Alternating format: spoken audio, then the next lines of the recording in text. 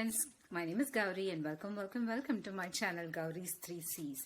In case you're wondering what the 3 C's in my channel name represent, they stand for my 3 interests outside of work: cooking, cleaning and organizing, and of course crafting.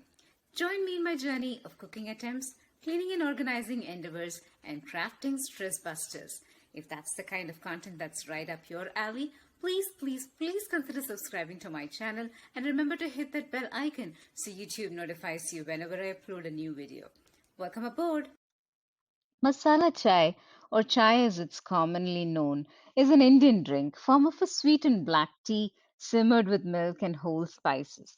Growing up in Mumbai, although in a South Indian household where mornings start with a cup of steaming hot kapi, chai has always been on the agenda, along with a mid-evening snack. To date, that tradition follows and pulls our household together for a 4:30 p.m. cup of tea and some random chit-chat. Let's get on with making some masala chai. Chai masala powder is easily available in Indian stores around here, but I prefer grinding chai masala at home.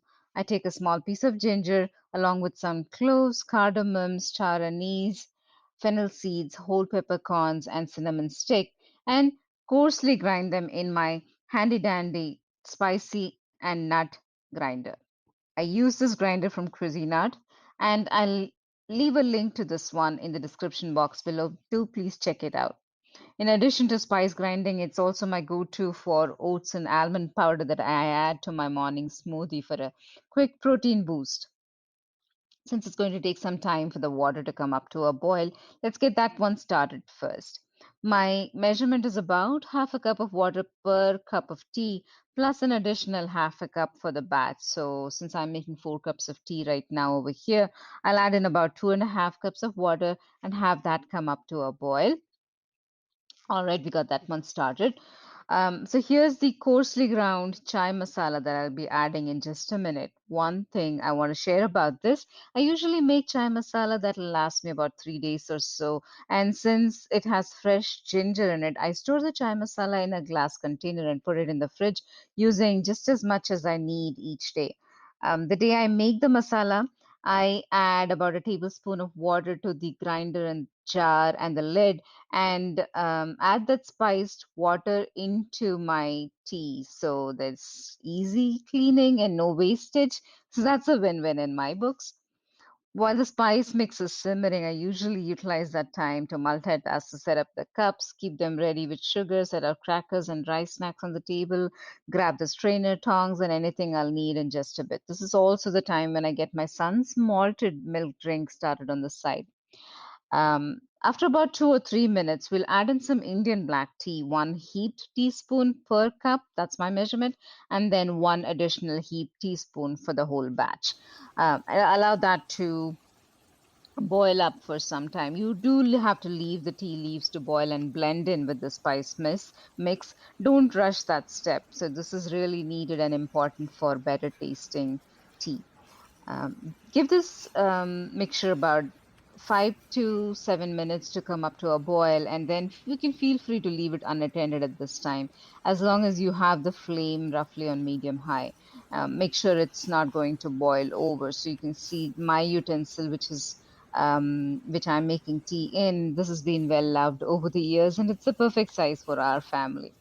Make sure it's large enough for your batch of tea so the tea doesn't boil over. Okay. We're now ready to add in some milk.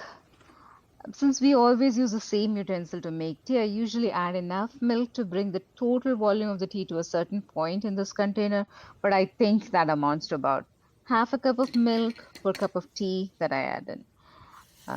Especially if you're adding cold milk straight from the fridge, which is what I do, since we use processed milk gallons out here and don't boil the milk before consuming it. Make sure you give enough time for the tea to warm up so the overall temperature of the tea is high enough when you're ready to strain it into your cup. Chai is definitely not something you want to drink lukewarm or medium hot. It has to be steaming hot when you take your first sip.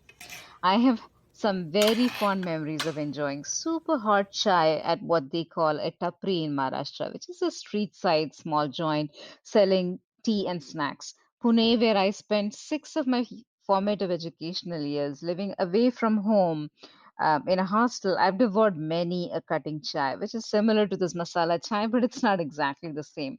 The long list of whole spices in this recipe is replaced with a simple mix of crushed ginger and cardamom in your cutting chai. Well, you don't necessarily have to wait for the winter or a rainy day to enjoy this hot cup of masala chai. There is definitely some magic that makes this cup of chai taste even better on a wet, rainy day, I must admit. I really hope you make this masala chai and enjoy it with your family. If you like this video, please like, share, comment, and subscribe to my channel. Thank you so much for watching, and I'll see you on my next one.